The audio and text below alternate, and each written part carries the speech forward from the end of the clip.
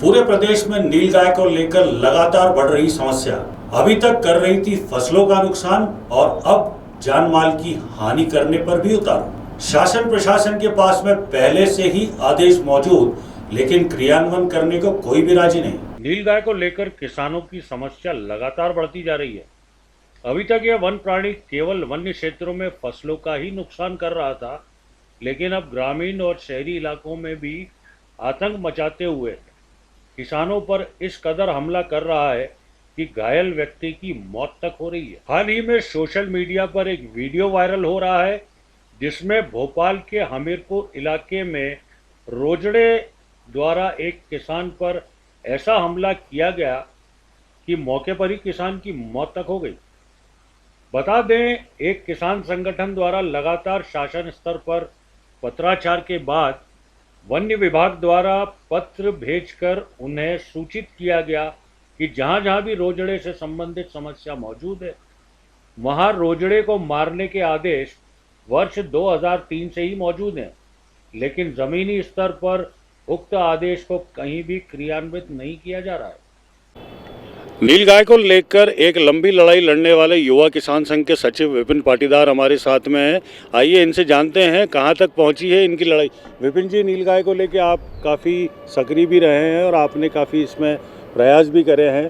क्या स्थिति बन रही है और अभी तक क्या हुआ है? देखिए, नीलगाय को लेके जो नुकसान हो रहे थे फसलों को, उसको लेके जगह जगह से हमारे संगठन के जो भी सदस्य रहे हैं उन्होंने हमसे संपर्क किया।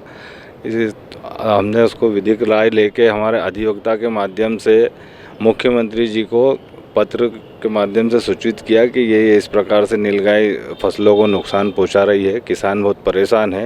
ये जंगली पशु नीलगाय और रोजड़ा, इसके लिए कुछ भी अगर किसान उसको कुछ अपनी फसलों को बचाने के लिए कुछ करता है और अगर जानवर को नुकसान होता है तो उसके किसान के ऊपर एफआईआर दर्ज होती थी, वन्य पशु अधिनियम के तहत कार्रवाई होती थी। उसको लेके हमारे संगठन ने अधिवक्ता के माध्यम से मुख्यमंत्री जी को सभी को सूचना पत्र भेजे थे।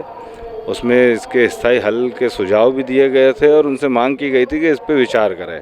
वहाँ से हमें पता लगा कि सरकार ने वर्ष 2002-03 में ही इस हेतु आदेश दे रखा है।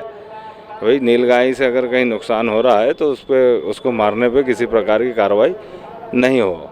नहीं विपिन जी, जब आदेश पहले से ही मौजूद है तो उसको क्रियान्वयन क्यों नहीं किया जा रहा? हाँ, उसके लिए हम अनुविभागीय अधिकारी महोदय से भी मिले, लिखित में दिया, संभाग आयुक्त साहब से भी लिखित में दिया, एसडीएम साहब को भी दिया। उनको सब लिखित में हमने देकर उनसे मांग की कि भाई इस प्रकार से ये है और आदेश पूर्व में ही है, तो आप इसका आदेश का पालन क्यों नहीं किया जा रहा है, क्यों नहीं हो रहा। अगर कोई किसान अपने फसलों को बचाने के चक्कर में अगर जानवर को नुकसान पहुंचा देता है और कोई अगर सूचना देता है तो उसके खिलाफ आज भी कार्रवाई हो रही है। तो इस आदेश का पालन तो अधिकारियों द्वारा हमारे लिखित पत्र का ना लिखित में आज तक कोई जवाब दिया है ना कहीं मुखाग्र वो कहते हैं कि हम क्या कर सकते हैं।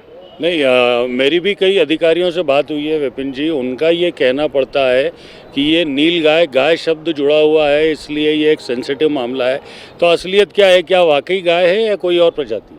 नहीं, ये जंगली रोजड़ा है। ये इसको हम घोड़ा या प्रजाति का कोई जंगली पशु, घोड़ा रोजड़ा इस टाइप का रहता है, उसको जंगली पशु ही मानते हैं। और अभी वर्तमान में इतना हिंसक हो गया है कि फसलों के साथ साथ ये किसानों को भी नुकसान पहुंचा रहा है।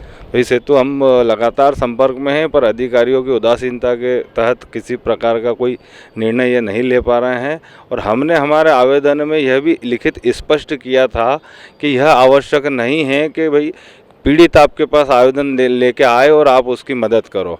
आप एक पटवारी रिपोर्ट बनवा के, क्षेत्रवार रिपोर्ट बनवा के आप एक आदेश जारी कर सकते हो कि भैया इसके निमित्त आप ये इन क्षेत्रों में परमिशन दी जाती है, वहाँ कोई कुछ भी करे तो उसके ऊपर कोई कार्रवाई नहीं हो, ऐसा दे सकते हो संज्ञान। सरकार या अधिकारी संज्ञान लेके ये काम भी कर सकते हैं। आप रास्ता क्यों देख रहे हो? कोई हमें आए और आवेदन दे, जब हम परमिशन देंगे। स्पष्ट आदेश है गवर्नमेंट का। तो ये अधिकारियों का धुलमुल रवैया या जिम्मेदारियों से भागने का कहें, जो भी कहें, तो वो अभी स्पष्ट नहीं है। पर वो वहीं ऐसी आगे कोई बड़ी कार्रवाई करने की बस अब आगे एक बार और हमको कृषि मंत्री से इनसे मिलने का हम समय लेके बात करने की चेष्टा रखते हैं। इनसे मिलने के बाद अगर ये उसको उचित कार्रवाई करने के लिए हम जो बता रहे हैं इस प्रकार से काम करते हैं तो ठीक है, नहीं तो फिर आखिरी हमारे लिए न्यायालय का अंतिम रास्ता बनता है। हम न्यायालय की शरण लेंगे और वहाँ से आदेश करवाएंगे। जी विपिन जी, बहुत बहुत धन्यवाद।